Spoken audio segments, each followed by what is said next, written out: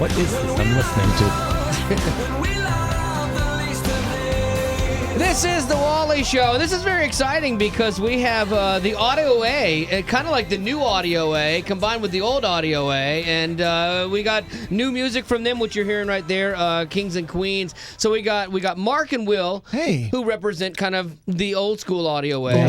The old guard. Yeah, the old guys. But then we've got Kevin Max, who obviously formerly of DC Talk is their new lead singer, and so this is great. I appreciate you guys all being in today. Aww. So. How did your guys' worlds collide then? Okay, because Mark, you had like vocal problems and like had to step out of the lead singer role, right? Yeah. I mean, because that was about, I don't know, 6 or 7 years ago. Yeah, 2007.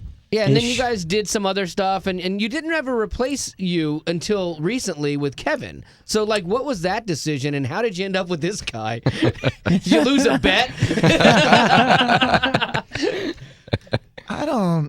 I don't really know exactly what happened, but, basically Wes Campbell, who's a manager here in town, he also manages the Newsboys, go figure, with Michael Tait being right. now the Newsboys. He came to us and was like, hey, what do you guys think about putting Audio A back on the road with Kevin Max? And we're like, what? What? Yeah, that's completely what I would think you would say, because you put Michael Tait with the Newsboys, and it's the obvious choice. Plus, Kevin's got this amazing voice, and he's got this incredible Christian music history.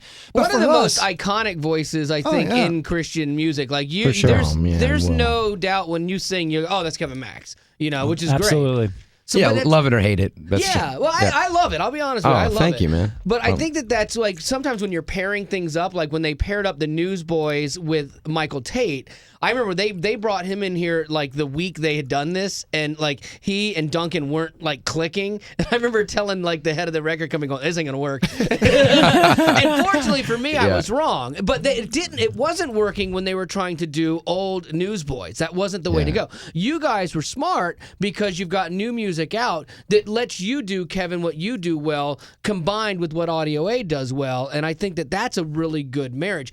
Did you guys calculatedly decide, this is what we're going to do?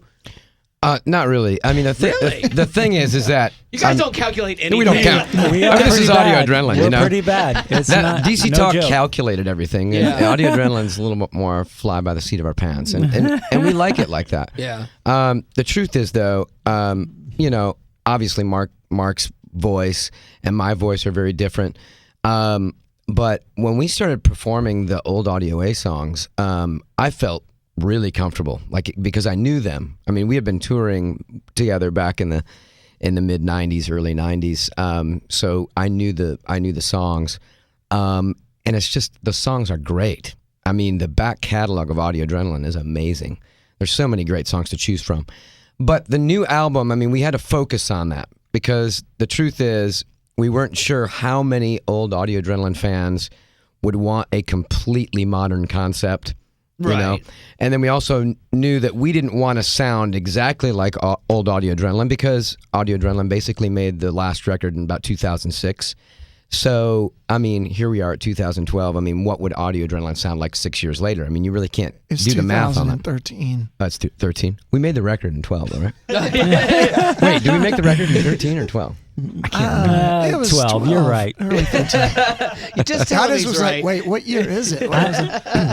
Keep going, though. I'm intrigued. It feels like good. 13 or 14. It's been a long year for Kevin. Yeah, it's been a really long year. Honestly, man, I mean, when we started connecting the dots, Mark and I wrote together really early on for the record. And I love writing with Mark, because Mark is a lot like Toby in the fact that he is a really great idea melody guy, and I'm more of a lyric end of idea melody guy. So it worked really, really well. We started writing with Seth Mosley, Stu G, Jason. Yeah. He wrote some songs with Jason Walker. So that it just started gelling immediately. And I don't know how the Newsboys did it, but when we did it was extremely natural. And it felt like, we should have done this years ago. So it was kind of like when those songs started coming together, we were like, wow, we've got an album. And by the time we had the 10 songs that we decided on, based on roughly 16, 17 songs, I mean, we were like, wow, this is a strong statement because it felt a little bit like old school Audio Adrenaline, but it still was its own thing. But what you guys have come up with is really good. Here, check this out. Go ahead and change my name or write a new song. With this broken mind, I wanna restart. So take my old heart. It's yours to burn your brain. Go ahead and change my name. There's the stuff right there. Yep. There it is right there. I like it. Yep, it's a combination of the best of Audio Adrenaline, the best of Kevin Max, and that's what you get right there. Change. Love it.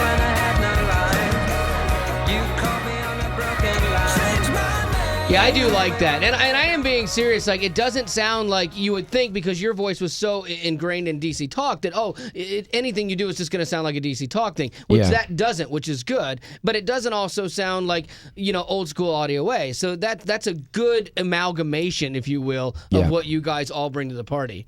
Oh, I love Very it. cool. Yeah, DC Talk was so, in my opinion, overproduced in some ways, which was really good for what we did, because it was a very serious production vehicle. There's so many vocals in a part. There were so many different things happening musically. One of the things that I loved about Audio Adrenaline is it was just raw. So Right. a lot of the old music, there wasn't a ton of stuff going on. You could really hear Mark's voice. You could really hear the different instruments being played. So we kind of... That brings up a good point, though, because when you're in a band, sometimes you want to be in another band. So, okay. Oh, yeah. So, yeah. Grass is always greener. Yeah, 100%. Life is like that. All right, so when you were in DC Talk, what is another band, Kevin, you would have been like, oh, I'd love to be in that band? Well, of course. I mean, there's the obvious bands, like, if you were... what were we, mid-90s? It would have been like probably Nirvana. But then, Right. I was a huge U2 fan growing up, too. So U2 was always kind of like the one to look at, and then always like the Smiths too. Oh, really? Yeah. Okay. The Smiths were not known by a lot of people outside of Christian music, but Right. it's like in Christian music. But the Smiths had those kind of lyrical, witty things that I loved, Girlfriend in a Coma and things like that. Where it was like, you're just like, wow, they really made that into a pop song. What about you, Mark and Will? What other band would you have been like, I would have liked to have gotten away from Will for a few minutes, and no. I don't know. There was, I guess artistically back in the 90s, if that's where we're heading Yes, to, yes. I would have probably liked the Red Hot Chili Peppers, or, I could see that. or maybe the Beasties, been in the Beastie Boys, something like that, where it was, I don't know, I liked a real athletic approach to music, where the audience was, if you're going to a show, you're going to sweat. You were gonna sweat, exactly. Yeah, I like those kind of bands. That's what I love about old school, shows. It was an event. What about you, Will? Oh man, I think I can pick some out of both of what they said. U2, Chili Peppers, all that stuff felt like, just like Mark said, really an event, a spectacle. I would have pictured you for Depeche Mode. Well, you could have said that. Or Flock of Seagulls, because New Order, Depeche Mode, Ocean Blue, Flock of Seagulls. It's all in there. What's interesting, Wally, is that when we're on road trips, with either radio or going to do not shows. Go there. Yes, let's. we agree. Will and I agree like 1,000%. Like we'll both play Depeche Mode and like Smiths and In Excess. What's that one guy that drives me nuts? You guys always That's the play? Smiths. That's Morrissey. Morrissey, Oh my We play God. all the 80s stuff, Yeah. and Mark is just like I'm in ready the to back jump dying. out of the car. He's like, when are you gonna play some Bryan Adams for me? You know what I mean? Like, play something with Where's some the Bon guitar. Jovi? Give me some Journey. Give me some Aerosmith. That Come I on. could actually get down with. Little Journey never hurts anybody. When he moves, you got to move. You know you got to lose control. Let go. There's nothing left to hold on to. This is The Wally Show, and that's new music from Audio A. And this one does definitely have a flavor of Kevin and old school Audio A. Oh, yeah. Like, this one definitely sounds like a classic Audio A type song. That's straight up. Yeah, and so we got the guys in. We got Will, Mark, and Kevin from Audio A here with us. Now, Kevin, is it fair to say, because you came from DC Talk, is it fair to say that you went from one of the biggest bands in Christian music to almost being a Christian music outsider? It seemed that way to me, and please stop me if I'm wrong. No, absolutely. You're not wrong. I mean, it's. I talk about it a little bit now in the Audio Adrenaline shows. Man, it goes back to the first bunch of solo albums we put out.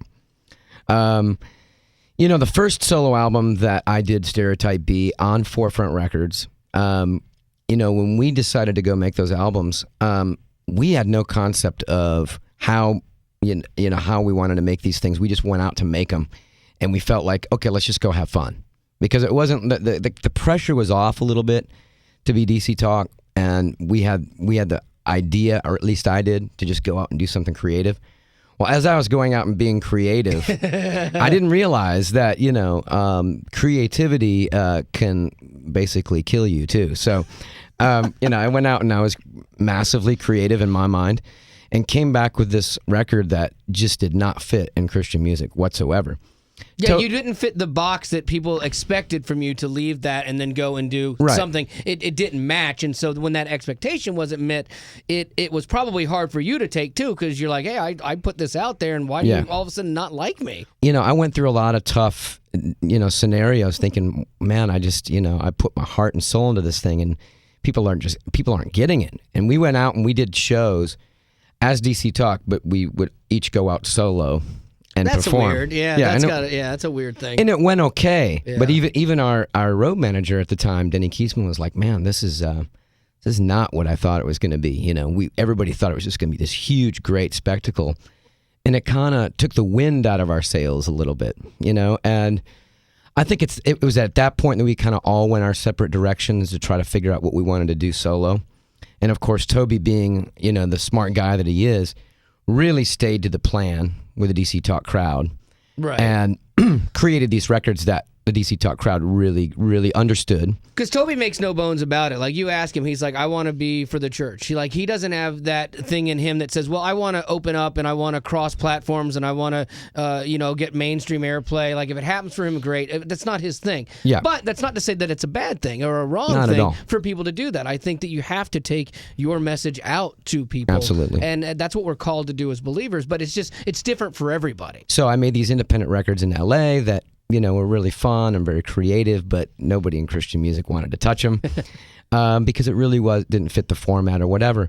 So yeah, for many years I was kind of out there just doing my thing, and it got to a point where I got so frustrated that I kind of came to a place where I was like, am I even going to do this anymore? Because it felt like I really couldn't come back in authentically unless I completely changed what I did as a creative person. If I changed completely what I did creatively, then maybe I could make a record that, you know, Christian music could embrace again, you know? But I just didn't know how to do that in a natural way. And it's tough because the Christian industry and the fans can be a little tough to navigate, quite honestly. There is, I'm not going to like sit there and bag on it, you know, but there is preconceived notions and expectations and things like that. And when you fail to meet those, sometimes you get written off. Yeah, you know? definitely. And that's hard to then go from somebody who might have been hovering around it, still a believer, still have your faith, living it out, you know, but then having to then come back into this world. And that's why when you and I met at that thing for the Newsboys, I was like, dude, are you ready for this? Because this isn't just your legacy. This is Mark and Will's legacy with Audio Adrenaline. Absolutely. That now you are going to take on your shoulders. And are you ready to jump back into this world and all that entails? Yeah. And Yeah. you were like, yeah, I'm good. I'm good. Yeah, I mean, it's like I've never really left. Right. I mean, strangely enough, because I feel so familiar with all this, and I love it, and my heart is behind it. And one of the reasons, the big reason for me, was the Hands and Feet project, because it was something that we could do effectively to change some things with, you know, needy people.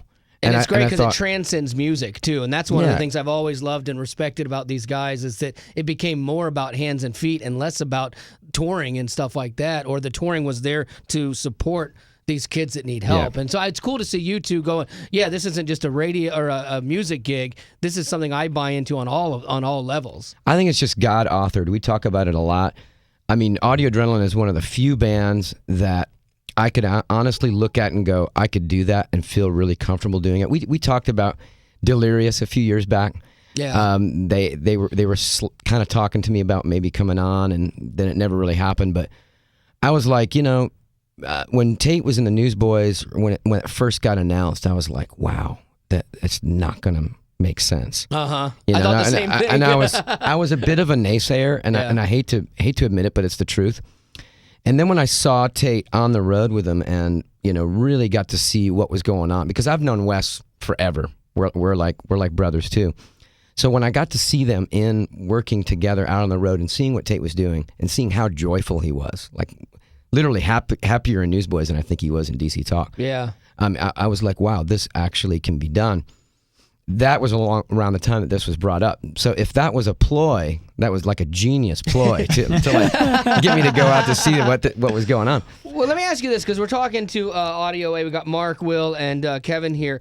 Now, you guys, again, this is your legacy, and you bring in Kevin, who's a little bit of a wild card. And I'm not even saying that in a bad way. I think we need wild cards.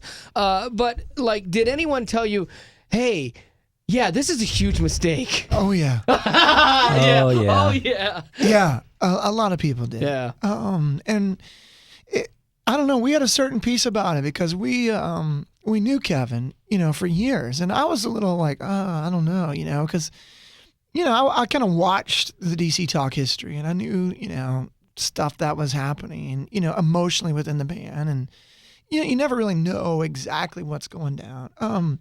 That being said, when we sat down with Kevin, and we just felt this incredible spirit about Kevin, that he was excited about having kind of that return, that redemptive end of his Christian music thing. Right. And for us, when you say Audio A legacy too, I want to say that that's kind of ridiculous for us to even think about, because Audio A for us was a gift from God. It's not ours to manage or steward. And for the whole thing was literally given to us as a gift. So, and we're giving it back. For me to walk away from Audio A and say, Kevin, go for it, it's not in his hands. It's not on his shoulders. This is God's. It's God's, and He has something much bigger than our legacy, that's happening here. Audio A has always inspired people. It's always been ministry focused, missions focused. It's always been about transparency, and I know that's going to continue, because that's where his heart is as well. I mean, this is a person who was an orphan, adopted. He resonates with our desire to give kids family in Haiti, and right now, even if Audio A completely flopped and everybody hated the record, which they don't, they're digging the record. It's happening. I want to point that out. Yeah, it would have been worth it, for Kings and Queens to come out. And that is people, a great song, man. Just if they never make another record, I'm happy the fact that people saw that video and saw the majesty in those kids' faces, and just how God orchestrated that alone is worth all of this coming back. And I do want to talk about Hands and Feet, in your project that you have and you've had for years in Haiti, because I think that is an amazing thing. And we'll do that. Oh, real quick, do you guys have a schedule, or like do you take turns watching Kevin? Oh, all right. So we got the guys from Audio Adrenaline here, and we're going to talk a little Hands and Feet and even play a game with them coming up in the next 10 minutes right here on The Wally Show. Raise the banner high, march with I, lift your voices up loud and high. Strength and unity, So good. faith and victory. This is The Wally Show, and we got the guys from Audio Adrenaline with us. We got Mark, Will, and Kevin Max, and I appreciate you guys coming on and being on the show and all of that good stuff. And we've talked a lot of music and where, how this all came together. But the one thing that I think that I love that you guys have done and done for years is your Hands and Feet project. And that's where, now you don't like to call them orphanages in Haiti. What do you call them, Mark? Children's villages. Okay. And that's because we don't run really an institutionalized kind of orphanage. Our kids are placed in small family groups and raised in individual houses as families. They eat every meal together as a family. That's cool. And it's just, we've seen such an emotional difference and a spiritual difference when we actually, switched. That was our original vision, was to do family style care, but it's, it's easier and cheaper to do institutional care. And we've just made every effort and pushed into valuing family. And it's just remarkable to be on a campus and watch these kids not just survive, but thrive, and it's awesome. How many kids do you guys have now? We have two villages with 100 kids, and we've reached capacity. So right now we're in a capital campaign, raising more money. Right now there's 800,000 orphans in Haiti. Wow. 300,000 of those kids are child slaves. 300,000 are probably in some type of institutionalized care. Orphanages, many of those are corrupt, and a lot of kids are being pimped and all kinds of crazy. And another about 200,000 live on the streets. We work hand in hand with the Haitian government. Kids are placed with us through the Haitian government, and that's our vision is to care for these kids left behind. Last year, less than 200 kids were adopted out of the country. So I believe in adoption, but it only happens for a select few. I have two Haitian children and adopting two more. But you're hogging them all. Yeah, I'm hogging them all. He's the Brad Pitt and Angelina Jolie. There's just such a big need for long-term residential orphan care, and to do it with intentionality and kind of a comprehensive focus on family. That's what we do. I'd love for people to check out the website. Yeah, get involved. It's handsandfeetproject.org. You can sponsor kids. We also bring mission trips. You stay right on campus, and it's just incredible. The Kings and Queens video was actually shot right there on the Jacques Mel campus with our children. Oh, you did use your children, because I heard you had paid actors. A couple of Will Smith's kids were on it. Exactly. No, that's really cool, man. And so, Kevin, you got to go down and see firsthand what they're doing. And now, Mark, you had mentioned that, Kevin, you have a similar past. You were adopted? I was adopted, yeah. Oh, I didn't know that. Yeah. I was adopted as a baby. But, even that, I mean, I really didn't know that I was completely adopted until I kind of asked my parents later on. I found some adoption papers that kind of told. His parents are black. So yeah, really. It was really odd. Yeah. A very Steve Martin kind of upbringing. But it was, it was amazing though. My parents are amazing, and they're great, amazing Christian, godly, sweet people. I think they really didn't know how to explain it to me when I was younger, so they waited until I was a little older to kind of explain it to me. Unfortunately, I kind of found adoption papers in my dad's. Yeah, you beat him to the punch. Yeah, and I was like, oh, okay, so what is this? And, reading through it was amazing. I mean, it's like it literally stated that my birth father came originally from Ireland, came over as a boy, basically was in a rock band when he met my mother, and it was kind of like a situation where he met her on the road, and she got pregnant.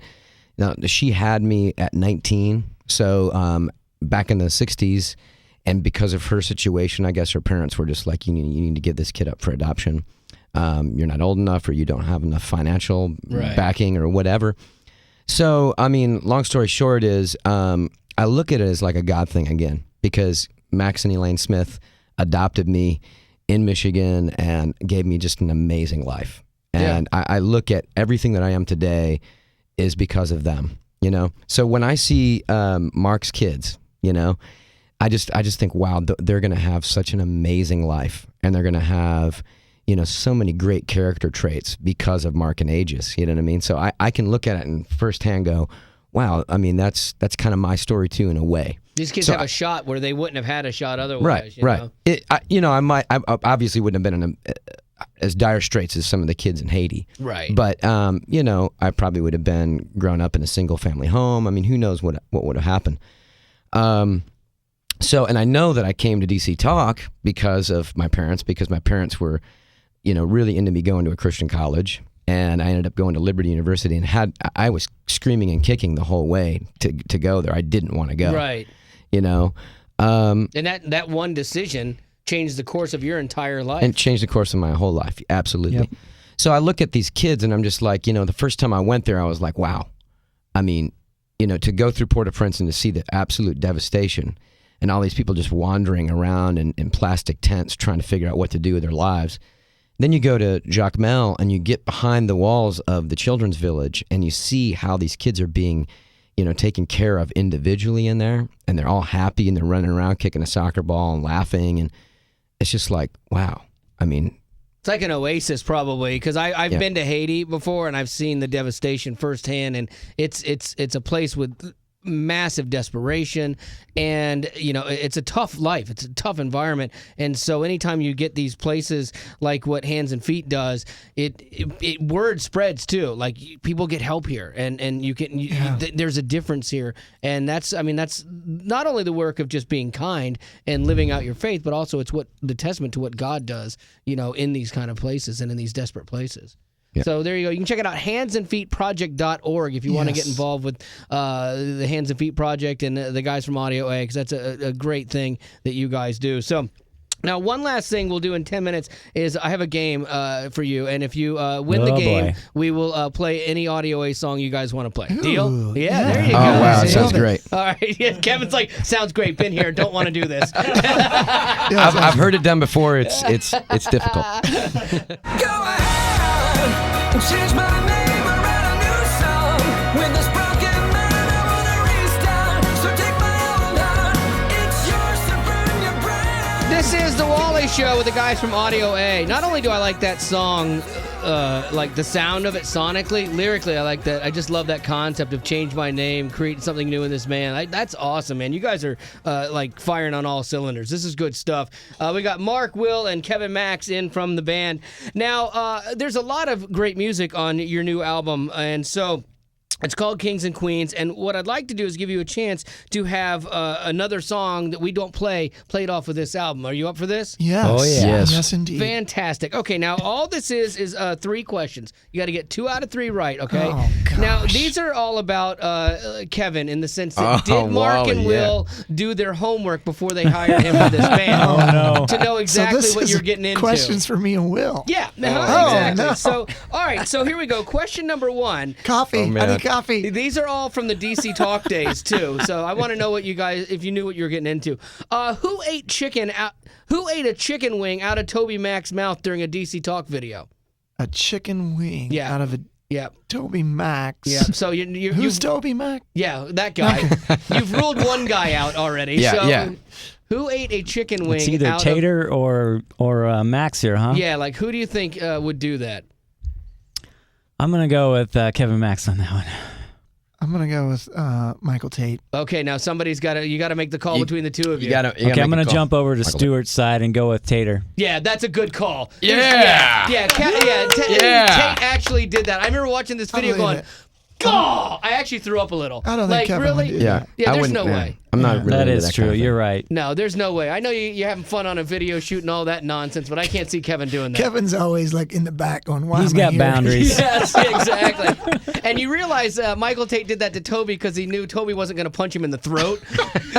Had he done that to Kevin, different story. Oh man, Finish that story. Oh man, we can tell stories. Yeah, eventually have me back on the show and play the next Audio A single like more than any other station, and I will just let it go. I will tell you all the old DC Bring talk up all back the of the dirt, bus. Wally. Okay. It's worth it. I actually would be up for that because when I left one of my radio stations, our competitor hired me to come across the street and do a month worth of morning shows for him just to tell every story I knew, and I gladly did it. There is a wealth of material here. I'll tell you that much. Yeah. Fantastic. All right, so you got one right there. Let's see.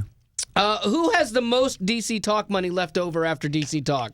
Who do you think? Oh, that's an easy one. This goes to show like who is good with their money, and you know that you want to be involved with a guy that's not going to just be out there panhandling eventually. So who has the most money left over? I would say Dan Pitts. No, Lori Anderson. Yes, both of their managers. Toby Tait or Michael? John Huey? Toby Tait or Michael? Or Toby Tait or no? Yeah, because it's definitely not me. Yes, exactly. I'm gonna go No, with. it's not Kevin. No. I I spent $1,000 on leather pants. I mean, it's not going to be,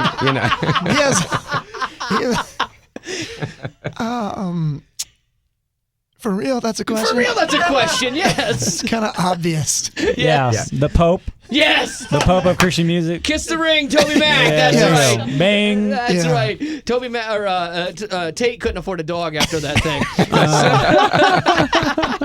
So wow. So you mentioned that you spent $1,000 on leather pants. That's an interesting choice. When we were young, man. I mean, Wally, we were figuring it out back then, and honestly, we all made really great investments when we first got our big Virgin deal. Oh yeah, good for you. We were. I'm the son of an accountant, so my dad was very involved in those.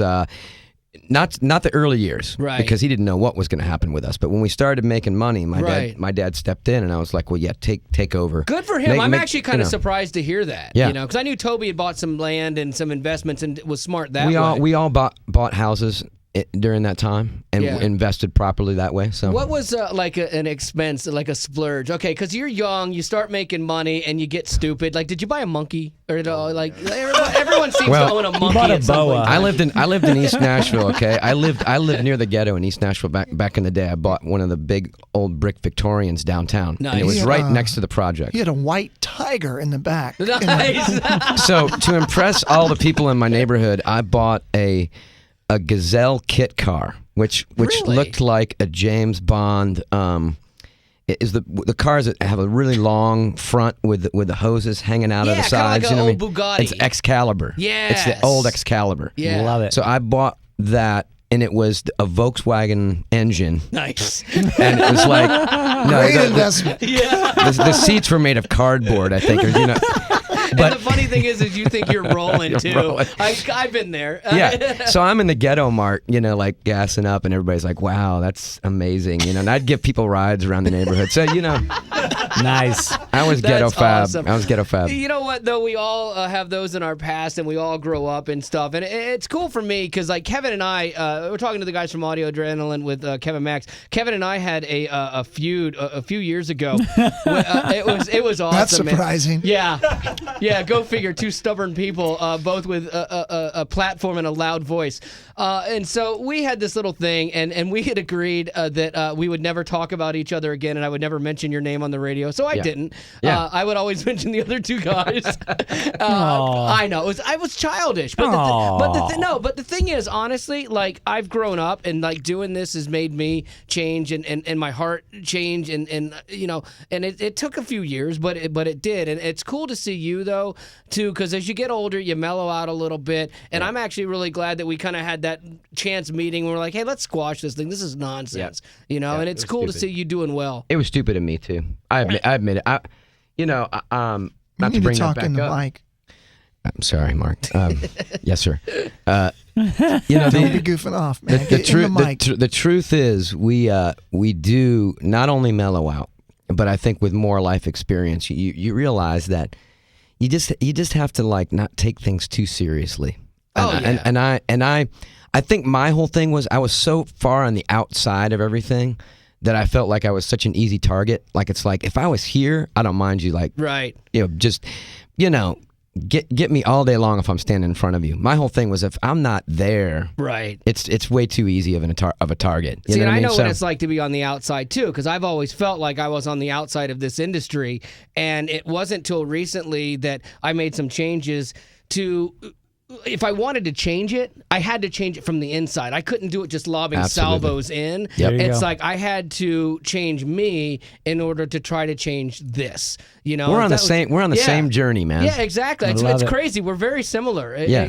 We both have made bad car decisions Yep. In the past, and we're wild cards. But you know what? I always say this, and I say this in the show too, and not to get off on a tangent, but God uses wild cards. Yeah. God has, through history, used people that you probably wouldn't want to use that Paul from Tarsus guy. Yeah, but exactly. you know what? He took that Paul from Tarsus guy and said, "No, I'm going to take you and I'm going to use you, and you're going to be a new guy."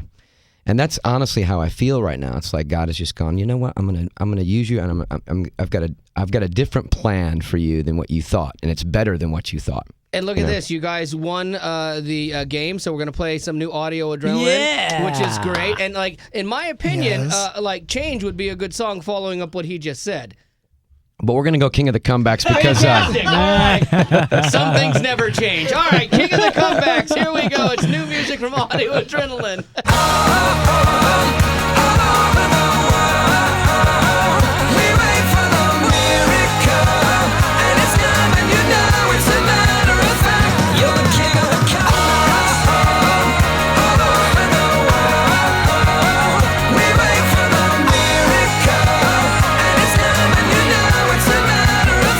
You're the king of the comeback.